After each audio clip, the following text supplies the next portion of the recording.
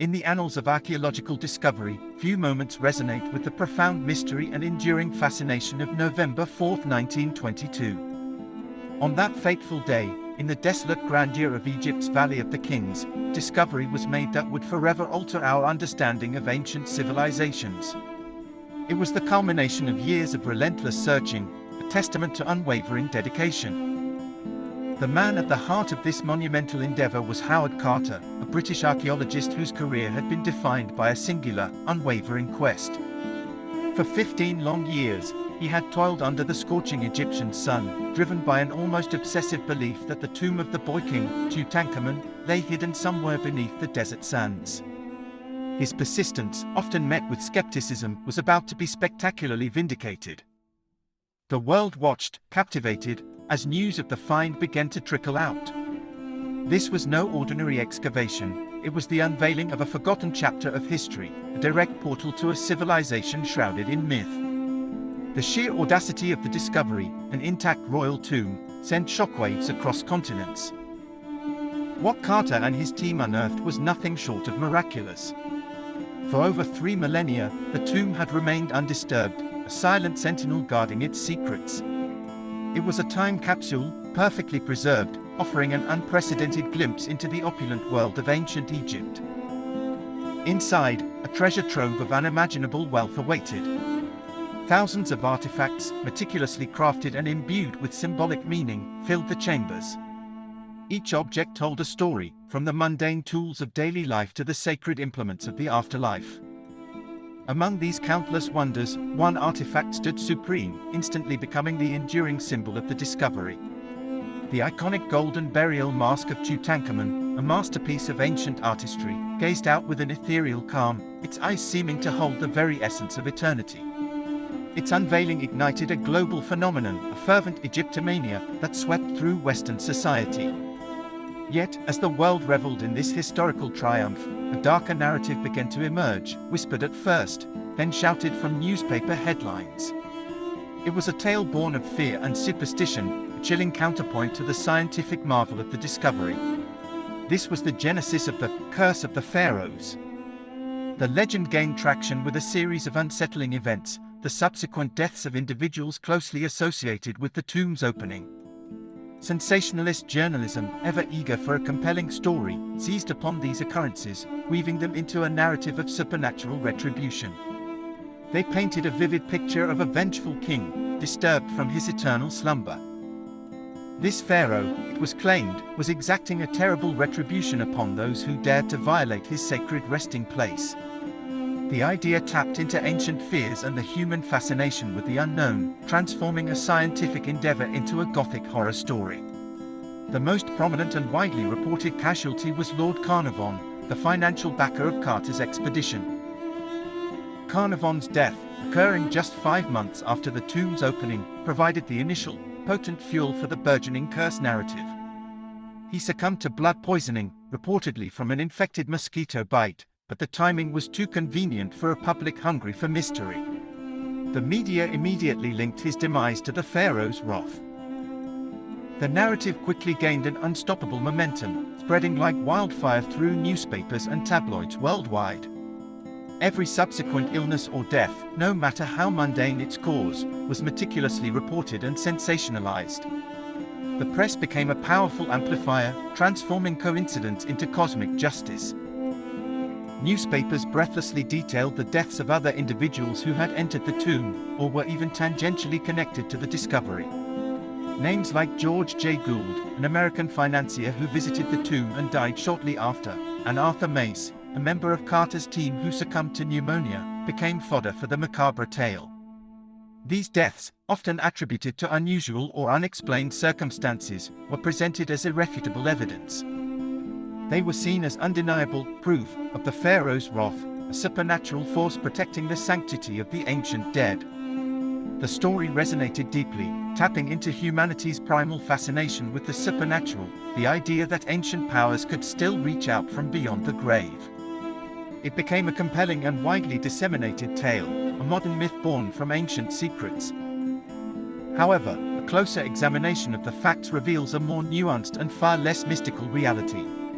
The dramatic narrative of the curse, while captivating, crumbles under the weight of statistical and scientific scrutiny. The truth, as it often is more mundane than the myth. Statistical evidence simply does not support the validity of a supernatural curse. If a curse truly existed, its most obvious victim, the man who orchestrated the entire disturbance, should have been the first to fall. Yet, Howard Carter, the primary excavator and the one who first breached the tomb, lived a long and productive life. Carter survived for another 17 years after the tomb's opening, dying peacefully in 1939 at the age of 64. His longevity stands as a stark contradiction to the curse's supposed power. Furthermore, many other individuals directly involved in the excavation and initial entry into the tomb also lived for decades afterward, some into old age. Consider the numbers. Of the 58 people who were present at the opening of the tomb, only a small fraction died within the subsequent 12 years. This mortality rate, when compared to the general population statistics of the early 20th century, falls well within expected norms for the time period. There was no statistically significant spike in deaths among the tomb's visitors. Scientific explanations offer far more plausible alternative perspectives for the few deaths that did occur. The sealed environment of an ancient tomb, undisturbed for millennia, could harbor a host of biological and chemical hazards. These factors could easily contribute to illness or even death without any need for supernatural intervention. For instance, the air within such an enclosed space could contain highly concentrated mold spores, particularly species like Aspergillus flavus. This fungus produces aflatoxins, potent carcinogens and toxins that can cause severe respiratory issues and other health problems upon inhalation. The sudden exposure to such an environment could certainly sicken individuals, especially those with pre-existing conditions. Beyond biological threats, ancient Egyptians utilized various dangerous chemicals in their mummification processes and tomb construction. Substances like arsenic, mercury, and even radioactive elements were sometimes present in pigments, embalming materials, or natural geological formations. Prolonged exposure to these compounds, or even a sudden, concentrated dose, could have serious health consequences. These scientific realities provide a grounded, rational explanation for any illnesses or deaths that occurred, stripping away the mystical veil. They demonstrate that the environment itself, rather than a vengeful spirit, could have posed a genuine, albeit natural, threat. The curse was not a supernatural phenomenon, but perhaps a natural hazard, misunderstood and sensationalized. Despite the debunking, the curse of Tutankhamun became an incredibly powerful cultural tool, shaping public perception and serving various purposes. It was, first and foremost, a journalistic gold mine. The sensational headlines and dramatic narratives effectively sold countless newspapers, fueling a media frenzy that lasted for years. Beyond mere entertainment, the curse narrative inadvertently served a protective function. The terrifying tales of pharaonic retribution helped to deter potential looters and grave robbers, instilling a superstitious fear that might have safeguarded other archaeological sites. It was a powerful, if unintended, deterrent. The story also significantly fueled the Egyptomania that had already begun to grip the Western world. It transformed ancient Egypt from a subject of academic study into a realm of thrilling mystery and danger, sparking widespread public interest in its history, art, and mythology. This fascination manifested in fashion, architecture, and popular culture. Hollywood, ever quick to capitalize on a compelling narrative, embraced the curse with open arms. Films like The Mummy, first released in 1932, directly capitalized on the myth, solidifying the image of vengeful pharaohs and reanimated mummies in the popular imagination. These cinematic interpretations further cemented the curse as an indelible part of modern folklore. Ultimately, the curse narrative, whether believed or not, contributed immensely to the enduring legacy of Tutankhamun. He was, in historical terms, a relatively minor pharaoh, ruling for a brief period and achieving no great military victories. Yet, his tomb, and the legend surrounding it, revolutionized Egyptology. The discovery provided an unparalleled wealth of information about the New Kingdom period, offering insights into royal burial practices, religious beliefs, and daily life. It transformed a little-known king into one of the most famous figures from antiquity, a symbol of ancient Egypt's grandeur and mystery.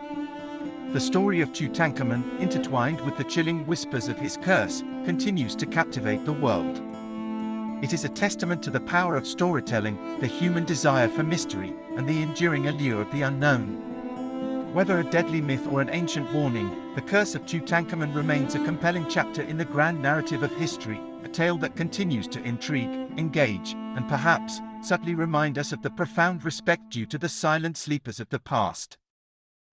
So, was the curse of Tutankhamun fact or well-spun fiction? You decide. If ancient mysteries intrigue you, make sure to subscribe to the Turkish Odyssey. It's free, and we're just getting started.